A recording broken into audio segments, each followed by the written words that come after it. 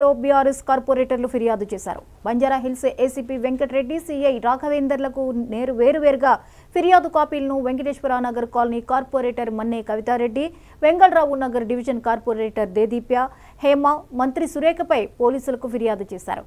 న్యాయపరంగా చర్యలు తీసుకుంటామని పోలీసులు హామీ ఇచ్చినట్టు కార్పొరేటర్లు తెలిపారు. కొండా సురేఖ తక్షణమే మాజీ మంత్రి కేటీఆర్, నటీమణులందరికీ క్షమాపణ చెప్పాలని డిమాండ్ చేశారు.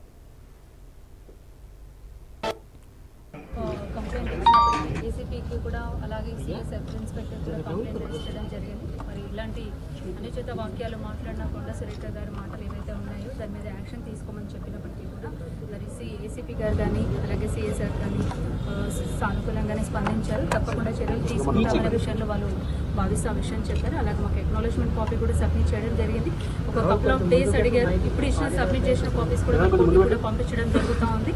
సో తక్షణమే చర్యలు తీసుకుంటామని కూడా చెప్పడం జరిగింది.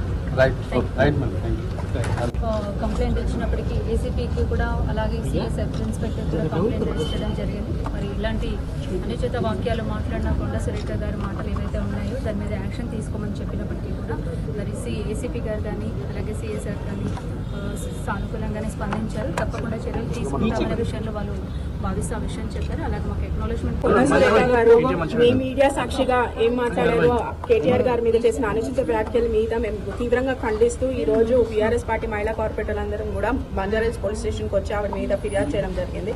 ఎందుకంటే బహిరంగంగా ఒక మంత్రివర్గంలో ఒక మంత్రి పోస్ట్లో ఉండి ఆవిడ ఒక మహిళ అయి ఉండి సాటి మహిళల మీద ఇలాంటి వ్యాఖ్యలు చేయడాన్ని మేము తీవ్రంగా ఖండిస్తున్నాము. ఇది ఎందుకంటే యావత్ రాష్ట్రం మహిళల్ని అవమానించినట్టు మేము భావిస్తున్నాము. ఎందుకంటే ఒక మహిళ అయ్యుండి ఒక మంత్రి పదవిలో ఉంటూ ఒక పొజిషన్లో ఉంటూ కూడా ఆవిడ ఇలా మాట్లాడడం అనేది కరెక్ట్ అయిన విషయం కాదు.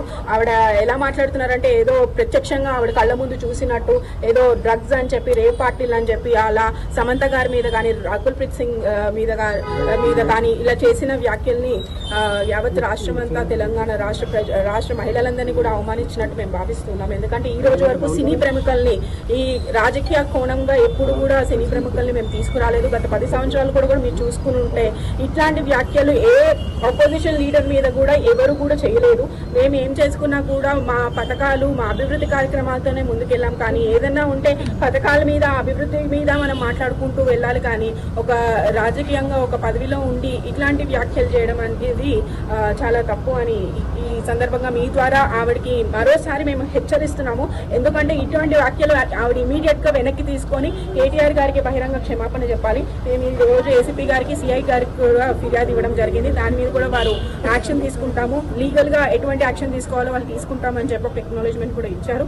బట్ పోలీస్ వాళ్ళు కూడా మేము రిక్వెస్ట్ చేస్తున్నాము, వెంటనే దీని మీద యాక్షన్ తీసుకుంటే సొసైటీకి అందరూ ఒకటే, లా ముందు ప్రతి ఒక్కళ్ళు ఒక్కటే అని చెప్పి మీరు దానికి సమాధానం చెప్పినట్టు మేము భావిస్తాము. కాబట్టి వాళ్ళని కూడా ఇమీడియట్ గా యాక్షన్ తీసుకోవాల్సిందిగా పోలీస్ శాఖను కూడా మేము కోరుతున్నాం. మీ మీడియా సాక్షిగా ఏం మాట్లాడారో కేటీఆర్ గారి మీద చేసిన అనుచిత వ్యాఖ్యల మీద మేము తీవ్రంగా ఖండిస్తూ ఈ రోజు బీఆర్ఎస్ పార్టీ మహిళా కార్పొరేటర్లందరం కూడా బంజారా హిల్స్ పోలీస్ స్టేషన్కి వచ్చి ఆవిడ మీద ఫిర్యాదు చేయడం జరిగింది.